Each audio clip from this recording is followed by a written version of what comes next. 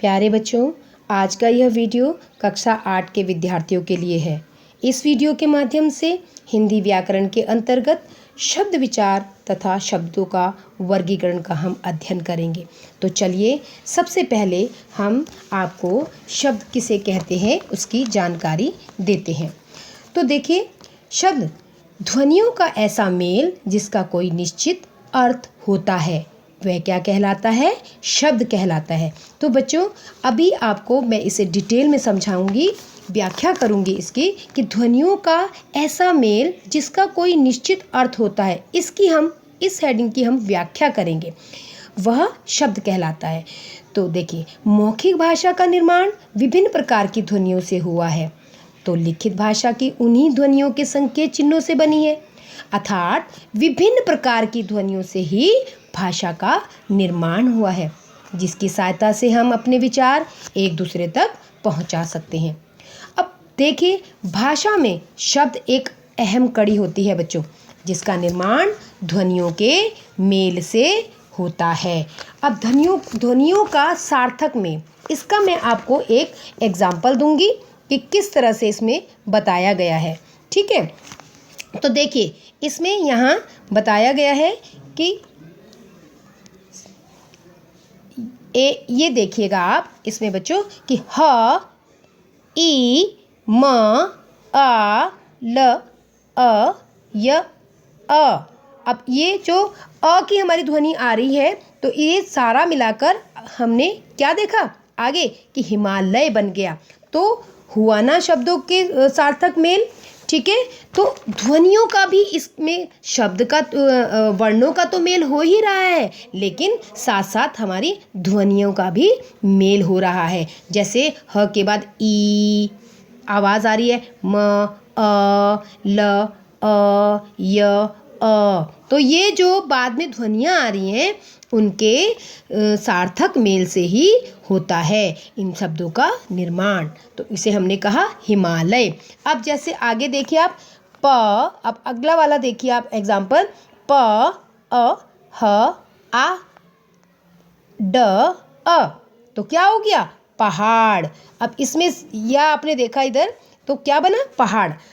अब इस प्रकार हमें जो है शब्दों का मेल का, ध्वनि का, ये सब हमें इन चीज़ों में पता चलता है कि किस किस तरह कहाँ कैसे शब्दों का और ध्वनियों का मेल हो रहा है, वर्णों का मेल हो रहा है, और इन वर्णों के मेल से जो है शब्द बन रहे हैं। अब हम आगे चलते हैं शब्दों के मेल वर्गीकरण पर। ठीक है, तो शब्दों का वर्गीकरण, अब शब्दों का बच्चों वर्गीकरण 4 प्रकार से किया गया है। शब्दों का वर्गीकरण कितने प्रकार से किया गया है? 4 प्रकार से किया गया है। पहला, उत्पत्ति के आधार पर, पहला आपका जो है उत्पत्ति के आधार पर, और दूसरा रचना के आधार पर, तीसरा है अर्थ के आधार पर, और अंतिम जो है यानी चौथा प्रयोग के आधार पर। अब बच्चों, सबसे पहले हम लेते हैं उत्पत्ति के आधार पर। तो देखिए, इसमें उत्पत्ति के आधार पर जो है हम इनको 4 भागों में बांटते हैं। 4 भागों में हमने इसको बांटा। कौन कौन से?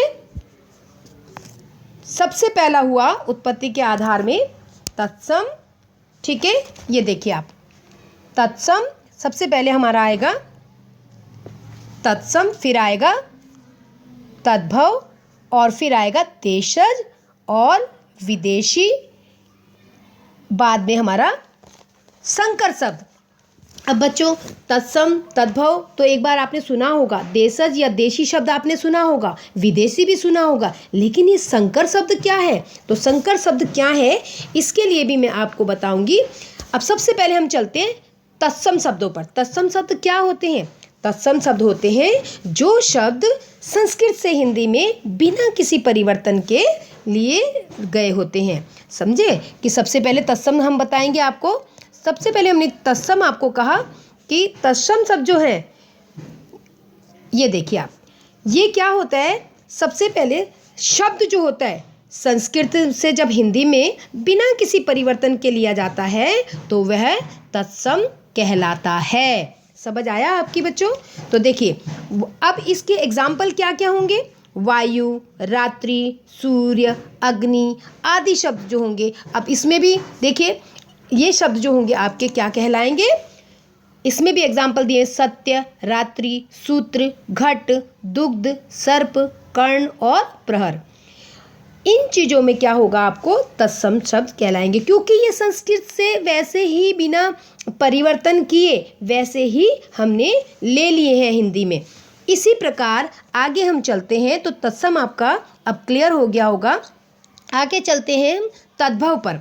तद्भव क्या होता है, देखिए अभी हमने तत्सम में पढ़ा था कि जो शब्द संस्कृत से हिंदी में बिना किसी परिवर्तन के आते हैं उन्हें हम तत्सम कहते हैं। अब तद्भव जो शब्द रूप बदलकर संस्कृत से हिंदी में आते हैं, रूप बदलकर, यानी पहले में क्या किया, बिना परिवर्तन किए आ गए तत्सम में, और तद्भव में बिल्कुल इसका अपोजिट हो जाएगा कि उनका रूप बदल जाएगा, अर्थात उनमें परिवर्तन हो जाएगा। तो जैसे हमने कहा संस्कृत के शब्द हम लेते हैं तद्भव में आग, ठीक है, तो आग को हमने क्या कहा, वो तद्भव होकर आया, संस्कृत से तद्भव होकर वो आग बना। पहले क्या था, तत्सम में वो क्या था, अग्नि, उसका क्या बना, आग। अब इसी प्रकार सूरज, सूरज तद्भव में आया, तो ये पहले क्या था, संस्कृत में जब ये शब्द था और तत्सम में ये बिल्कुल वैसे ही ले लिया गया था, तो सूर्य, इसका मतलब सूरज। अब आगे रात, रात तद्भव हुआ और रात्रि तत्सम, क्योंकि ये संस्कृत का शब्द है और बिना परिवर्तन के ऐसे ही ये इसमें हिंदी में ले लिया गया है। अब खेत, खेत यानी अब हम संस्कृत में अगर इसे बोलेंगे तो क्षेत्र, तो क्षेत्र जो होगा वो तत्सम हो जाएगा और खेत होगा तद्भव।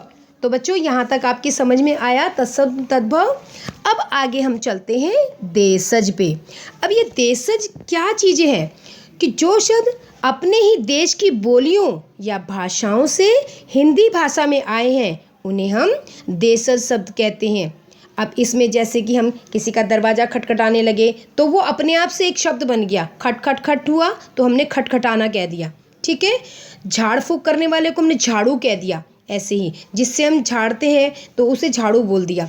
तो इसी तरह से जूता, झटपट, पगड़ी, ये शब्द जो है आपके देशज होते हैं, जो कि शब्द अपने ही देश की ही बोलियों और या भाषाओं से हिंदी में आते हैं, ठीक है बच्चों। तो देशज शब्द हुए ये। अब आगे चलते हैं हम विदेशी शब्द में। विदेशी शब्द क्या होता है, विदेशी शब्द होता है जो शब्द हिंदी में विदेशी भाषाओं से आते हैं, जो शब्द हिंदी में विदेशी भाषाओं से आते हैं वे विदेशी शब्द कहलाते हैं।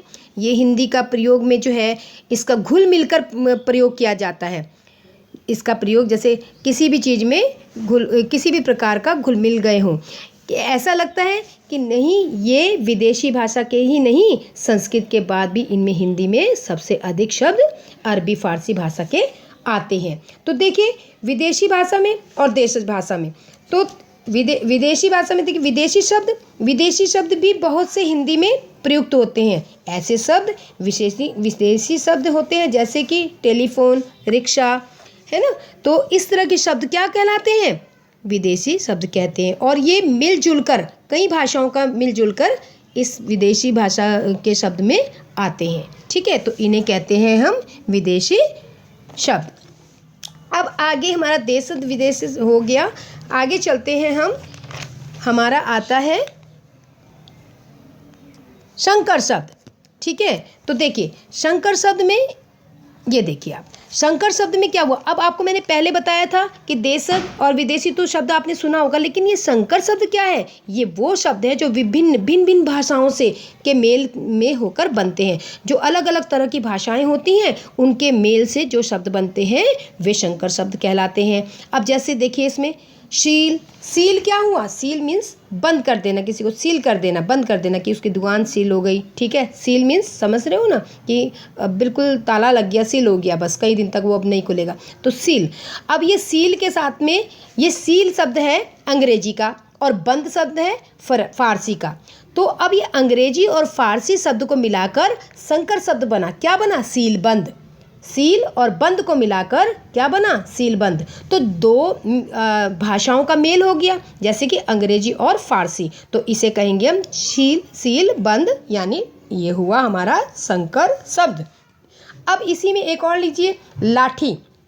लाठी हिंदी में होती है, ठीक है, हिंदी में हम क्या कहते हैं, लाठी कहते हैं, और इसी को ही हम देशज भाषा में लठ कहते हैं, ठीक है। तो इसी तरह से लाठी हिंदी हुआ और चार्ज अंग्रेजी हुआ। तो हिंदी और अंग्रेजी दो भाषाएं आपस में मिल गई और क्या बना संकर शब्द, लाठी चार्ज। तो बच्चों इतना समझ आया आपको।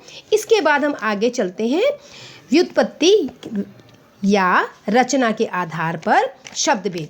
व्युत्पत्ति या रचना के आधार पर शब्द भेद। तो देखिए अब हमने क्या किया, पहला हमारा जो हमने लिया था वो अब यहाँ पर समाप्त हुआ। अब सेकंड हमारा जो था, पहला हमारा क्या था, याद है आपको, जो हमने बताया था आपको कि उत्पत्ति की दृष्टि से था, ठीक है। अब हमने लिया व्युत्पत्ति या रचना के आधार पर शब्द। अब इनको भी 3 भागों में बांटा गया है। पहला रूढ़ शब्द, दूसरा यौगिक शब्द और तीसरा योग रूढ़ शब्द। अब देखिए सबसे पहले हम चलेंगे रूढ़ शब्दों में। ये वो शब्द होते हैं जो किसी व्यक्ति, प्राणी, वस्तु या स्थान के लिए वर्षों से प्रयुक्त होते चले आ रहे हैं, ठीक है। उन्हें हम क्या कहेंगे, रूढ़ शब्द, जो पहले से ही प्रयोग में चले आ रहे हैं। इन शब्दों का कोई भी अन्य अर्थ नहीं होता, सिर्फ एक ही अर्थ होता है इनका, दूसरा अर्थ नहीं होता। जैसे इसमें बताया है, दीवार, चित्र, आदमी, विद्या, पुस्तक, इस तरह से। इनका एक चीज़ और में हम बता देते हैं इसमें, कि इसमें ध्यान देने वाली चीज़ ये है, आप सब बच्चे इस चीज़ का रूढ़ में ध्यान रखेंगे कि ये शब्द जो होते हैं इनके खंड नहीं करे जा सकते, टुकड़े नहीं करे जा सकते। अब आप कहेंगे मैम शब्दों के टुकड़े हम कैसे करेंगे, तो वही मैं आपसे बता रही हूँ कि रूढ़ शब्दों के टुकड़े नहीं किए जा सकते। यदि हम इनके टुकड़े कर भी देते हैं तो इनका कोई भी अर्थ नहीं निकलता। जैसे कि मैंने आपको ध्वनि में आगे बताया था, है ना, प हा अ ड़, तो ये पहाड़ हुआ, ये हुई हमारे अलग अलग शब्दों के टुकड़े करना, खंड करना, ठीक है। तो इसमें सबसे पहली बात कि टुकड़े नहीं होते, और अगर टुकड़े हम कर भी दें इन शब्दों के तो उनका कोई अर्थ नहीं निकलता। इसी प्रकार इसमें इसकी विशेषताएं मैं आपको बता रही हूँ। और इसकी विशेषता क्या हुई कि रूढ़ शब्द जो होते हैं किसी सामान्य एवं प्रचलित अर्थ का बोध कराते हैं, ठीक है, जानकारी देते हैं, बिल्कुल सामान्य एवं प्रचलित, जो चली हुई हो पहले से, उस चीज़ का हमें, उसके अर्थ का, जो अर्थ प्रचलित हो उसका हमें बोध कराते हैं। तो ये हुआ हमारा रूढ़। अब हम चलते हैं यौगिक पर। तो देखिए बच्चों, यौगिक शब्द क्या होता है, दो या दो से अधिक शब्द, देखिए फिर से, कि दो या दो से अधिक शब्दों या शब्दांशों, यानी शब्द के अंशों, शब्दांशों के योग से बने शब्दों को यौगिक शब्द कहते हैं। अब आ जाइए इसमें, अब किस तरह से, देखिए पहले हमने रूढ़ में देखा था कि रूढ़ में खंड नहीं करे जा सकते, यानी शब्दों के खंड हम नहीं कर सकते, और अगर यदि हम शब्दों के खंड करते हैं तो उनमें क्या होता है, उनका कोई अर्थ नहीं होता। लेकिन यौगिक में ऐसा नहीं है। यौगिक में बच्चों हम शब्दों को खंडों में बांट सकते हैं, ठीक है। यौगिक शब्दों को हम जो है खंडों में बांटा जा सकता है, और प्रत्येक खंड का, प्रत्येक टुकड़े का अपना एक अर्थ होगा। और उसके बाद आप देखिए इसमें सॉरी, इसमें आया आगे कुछ एग्जाम्पल मैं आपको बताती हूँ, कुछ एग्जाम्पल मैं आपको देती हूँ। देखिए जैसे इसमें कहा है विद्या, धन, आलय। अब देखिए विद्या का अपना एक अर्थ है, आलय का अपना एक अर्थ है, निकला ना अलग अलग अर्थ इनको टुकड़ों में बांटकर। तो इसी तरह से ये क्या बना, एक साथ मिलाकर अगर हम इन्हें कहेंगे तो ये क्या बन जाएगा, विद्यालय। तो इसी प्रकार विद्या, धन, आलय, तो इसको क्या बना, विद्यालय। अब विद्या का, अब फिर से मैं बता रही हूँ आपको कि विद्या का अर्थ अलग है, ठीक है, और आलय का अर्थ अलग है। इन दोनों का हमने अलग अलग खंडों में बांटने के बाद भी इनका अर्थ अलग अलग हमें ज्ञात हो रहा है। इसी प्रकार अब पुस्तक में चलिए आप, पुस्तक और आलय, ये दो शब्द हुए, हमने दो शब्दों में बांटा इसको, तो पुस्तक, धन, आलय, यानी पुस्तकालय। अब ये देखिए, पुस्तक का अपना एक अर्थ है, आलय घर यानी उसका अपना एक अर्थ है, और जब हम इसको एक साथ मिला देते हैं तो उसका भी एक अपना अर्थ बन जाता है। तो ये हमें क्या करता है, दो या दो से अधिक शब्दों का या शब्दांशों के योग से बने शब्दों को हम क्या कहते हैं, यौगिक कहते हैं, यौगिक शब्द कहते हैं। अब देखिए, फिर से मैं बता रही हूँ कि इसके खंड किए जा सकते हैं। रूढ़ शब्द में नहीं किए जा सकते थे, लेकिन यौगिक शब्द में खंड किए जा सकते हैं, और खंडों का अपना एक अर्थ होता है। अब आगे हम चलते हैं तीसरा नंबर, योग रूढ़। अब ये योग रूढ़ क्या है? योग रूढ़ ऐसे शब्द हैं बच्चों कि जो दो या दो से अधिक शब्दों या शब्दांशों के मेल से बने हों, परंतु अपने सामान्य अर्थ को छोड़कर किसी विशेष अर्थ का बोध कराते हो। मतलब कि अब आप इसमें थोड़ा समझने वाली बात है कि जब हम किसी ऐसे शब्द को लेते, कोई ऐसा एक शब्द जो अपना अर्थ छोड़कर, अपना जो मेन अर्थ, जो सामान्य अर्थ उसका होता है, उसको छोड़कर वो कुछ और ही विशेषता बताता है, उससे और ही ज्ञात होता है। ये आपको एग्जाम्पल के माध्यम से अभी आएगा। जब तक मैं एग्जाम्पल नहीं बताऊंगी तब तक ये आपको नहीं आएगा। तो उसे हम क्या कहते हैं, एक अलग अर्थ का बोध कराता है, तो उसे हम योग रूढ़ कहते हैं। ऐसे शब्द जो दो या दो से अधिक शब्दों या शब्दांशों के मेल से बने हों, परंतु अपने सामान्य अर्थ को छोड़कर किसी विशेष अर्थ का बोध कराते हों, उन्हें हम योग रूढ़ शब्द कहते हैं। जैसे अब देखिए, एग्जाम्पल के बिना कैसे आपको समझ आएगा, तो सबसे पहले हम एग्जाम्पल लेते हैं नीलकंठ। नीलकंठ, अब नीलकंठ में क्या है, नीला है कंठ जिसका, समझे, वो बता तो रहे, नील, नील मीन्स नीला, कंठ मीन्स गला, जिसका गला नीला है। तो उसने विशेषता बताई ना, उसकी गला तो है लेकिन किस प्रकार है, नीला, विशेषता हो गई ना, तो कुछ विशेष अर्थ हुआ।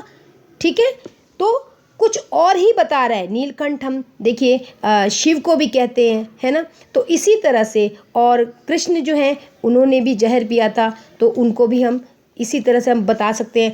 अब देखिए चतुरानन, चतुरानन, चार है आनन जिसके मुख, ठीक है, तो वो कुछ और ही विशेषता बता रहा है इसमें। जैसे कि दशानन, 10 है आनन जिसके मुख 10 हैं, अर्थात रावण। ठीक है, तो बच्चों ये हुआ हमारा योग रूढ़ शब्द। अब समझ आया आपकी कि योग रूढ़ शब्द किसे कहते हैं, जो अपना सामान्य अर्थ छोड़कर किसी विशेष अर्थ के बारे में ज्ञात करवाते हैं या हमें किसी विशेष अर्थ के बारे में बताते हैं, उसे हम योग रूढ़ कहते हैं। आगे चलते हैं बच्चों हम। अब आता है हमारा अर्थ के आधार पर, हम तीसरे नंबर पर चलते हैं। 2 नंबर हमारे समाप्त हो गए हैं। तीसरा नंबर है हमारा अर्थ के आधार पर। ये देखिए, अर्थ के आधार पर शब्द भेद। अब अर्थ के आधार पर शब्द भेद क्या होगा, पहले इसे भी हमने 2 भागों में बांटा होगा। देखिए, पहला सार्थक और दूसरा निरर्थक शब्द। सार्थक शब्द क्या होते हैं और निरर्थक शब्द क्या होते हैं, पहले हमें इनके बारे में जानकारी लेनी है। सार्थक शब्द ऐसे होते हैं जिनका न कोई अर्थ, ऐसे शब्द जिनका कोई न कोई अर्थ होता है, उन्हें हम सार्थक शब्द कहते हैं। ठीक है, जैसे कि हमने कहा रात, पुस्तक, पानी, घर, इनका कोई मतलब निकल रहा है ना आपको। जैसे हमने कहा घर, तो घर का कोई मतलब निकल रहा है कि हाँ भाई घर है। पानी है ना, रात कि रात हो गई, अब ये सब चीज़ें का मतलब निकल रहा है। लेकिन जब हम ऐसे ही निरर्थक शब्दों में जाते हैं, अब ये सार्थक शब्द का अर्थ भी आपको, जब तक निरर्थक शब्द का के एग्जाम्पल आप नहीं पढ़ोगे तब तक सार्थक शब्द का अर्थ भी आपको नहीं आएगा। तो देखिए, सार्थक शब्द कौन होते हैं, ऐसे शब्द जिनका कोई ना कोई अर्थ होता है, उन्हें हम सार्थक शब्द कहते हैं। जैसे पानी, रात, पुस्तक, घर आदि। इसी तरह से अब हम चलते हैं निरर्थक। देखिए, निरर्थक शब्दों में चलते हैं हम। निरर्थक शब्द है वर्णों के अर्थहीन मेल को हम निरर्थक शब्द कहते हैं। वर्णों के अर्थहीन मेल को, जिससे कि कोई अर्थ ही नहीं होता, मेल ही नहीं होता उन अर्थों का। हम जोड़ जोड़ के बोल तो देते हैं लेकिन उनका कोई मीनिंग नहीं निकलता। भाषा में प्रवाह लाने के लिए, प्रवाह लाना एक अट्रैक्टिव करके उसको बोलना, मतलब एक अच्छा सा उसको और ही आकर्षित करके उसको भाषा को बोलने के लिए हम इसे भाषा में प्रवाह लाना बोलते हैं। ठीक है, तो उसको और ही अच्छा बताने के लिए हम क्या करते हैं, ऐसे शब्दों को उनके साथ, जो मेन शब्द होते हैं उनके साथ जोड़ लेते हैं और ऐसे शब्दों को हम प्रयोग क्या करते हैं, प्रयोग निरर्थक शब्दों का भी प्रयोग ऐसे किया जाता है। अब वो निरर्थक शब्द कौन से हैं, जैसे पढ़ना, वढ़ना।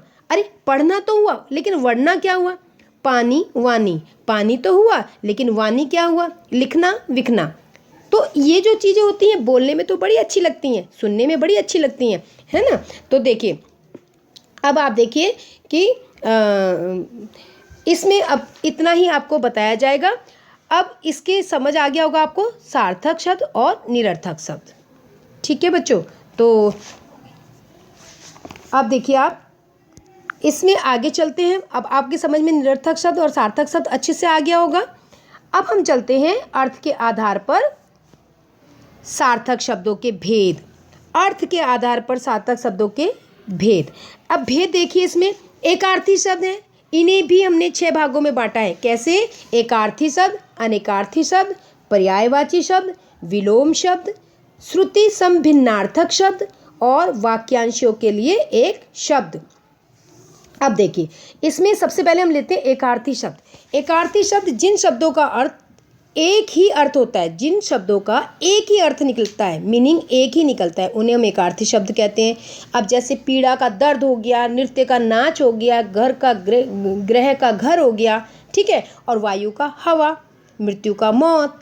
तो ये चीज़ें हुई एकार्थी शब्द की, इनके एक एक ही अर्थ निकल रहे हैं।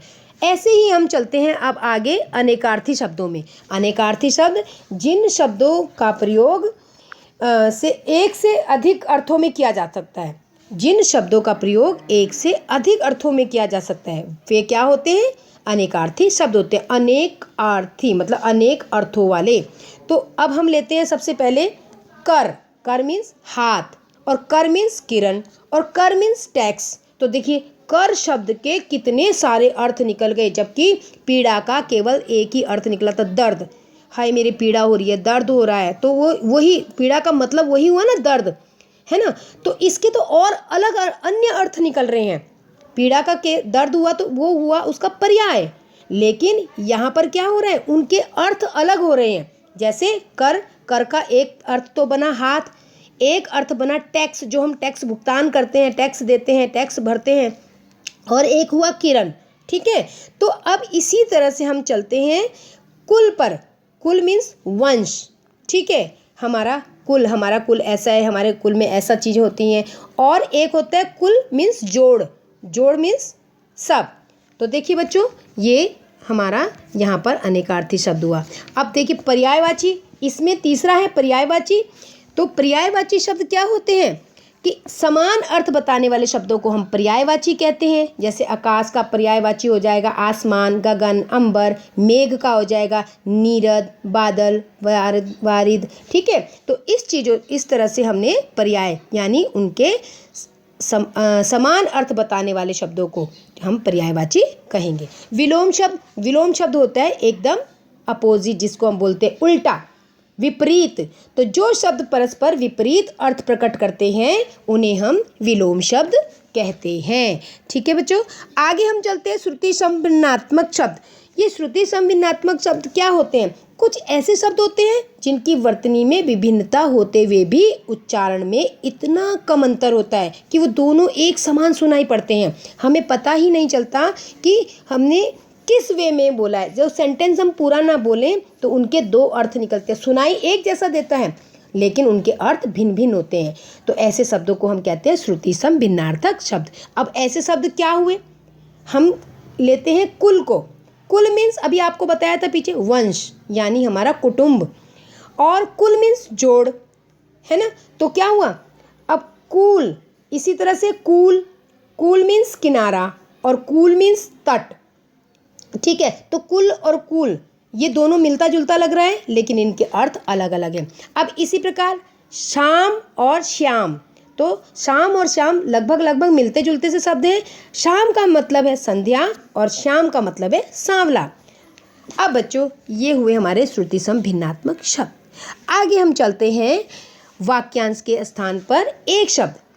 ठीक है कि कई बड़े बड़े वाक्यों को हम छोटे से एक चीज़ में व्यक्त करते हैं, उसी को हम वाक्यांश के लिए एक शब्द कहते हैं।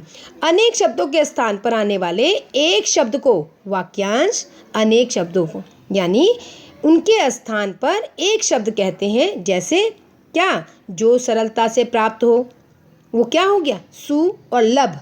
लब मीन्स मिलने वाला और सु मीन्स आसानी से, तो क्या बना शब्द सुलभ। जो सरलता से प्राप्त हो वो क्या हुआ, सुलभ। उपकार को न मानने वाला कृतज्ञ, कृतज्ञ, और उपकार को मानने वाला कृतज्ञ। जो आज्ञा का पालन करता हो वो क्या होगा, आज्ञाकारी। तो छोटा करके शब्द को बनाना। ठीक है, तो वाक्यांशों के स्थान पर एक शब्द, छोटा शब्द एक ही जो है। अच्छा आगे चलते हैं हम। प्रयोग के आधार पर शब्द भेद। प्रयोग के आधार पर शब्द भेद क्या होते हैं कि प्रयोग के आधार पर शब्दों के मुख्यतः दो भेद होते हैं, विकारी शब्द और अविकारी शब्द। अब ये विकारी शब्द क्या होते हैं, जिनमें कुछ बदलाव हो जाता है। जैसे जिन शब्दों का रूप विभक्ति, वचन, पुरुष, लिंग आदि के कारण बदल जाता है, परिवर्तन हो जाता है। इन चीज़ों के कारण, विभक्ति मतलब कारक चिन्ह, ठीक है, तो वो क्या होते हैं, विकारी शब्द होते हैं। इसमें क्या, विकारी शब्द भी 5 भागों में होते हैं, संज्ञा, सर्वनाम, विशेषण और क्रिया। तो आगे चलते हैं बच्चों हम।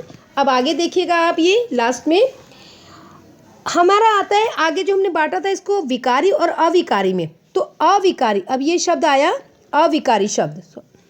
इसमें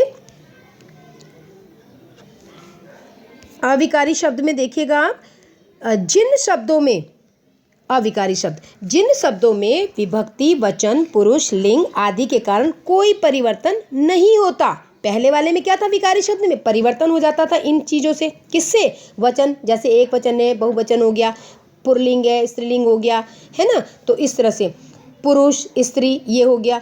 विभक्ति कहते हैं कारक चिन्ह, कर्ता ने कर्म को कर्ण से, ये चिन्ह ये होते हैं विभक्ति चिन्ह। अच्छा, तो इसी तरह से अब देखिए अविकारी, इनमें कोई परिवर्तन नहीं होता। अविकारी शब्द भी 5 भागों में लिया गया है, क्रिया विशेषण, संबंध बोधक, समुच्चय बोधक और विस्मयादि बोधक। ठीक है बच्चों, तो अभी हम इसको इतना ही यहाँ पर लेंगे अविकारी शब्द तक। मुझे उम्मीद है कि आप सबको ये वीडियो अच्छी लगी होगी और आपको खूब अच्छे से समझ भी आएगी। ठीक है, तो आज के लिए इतना ही, धन्यवाद।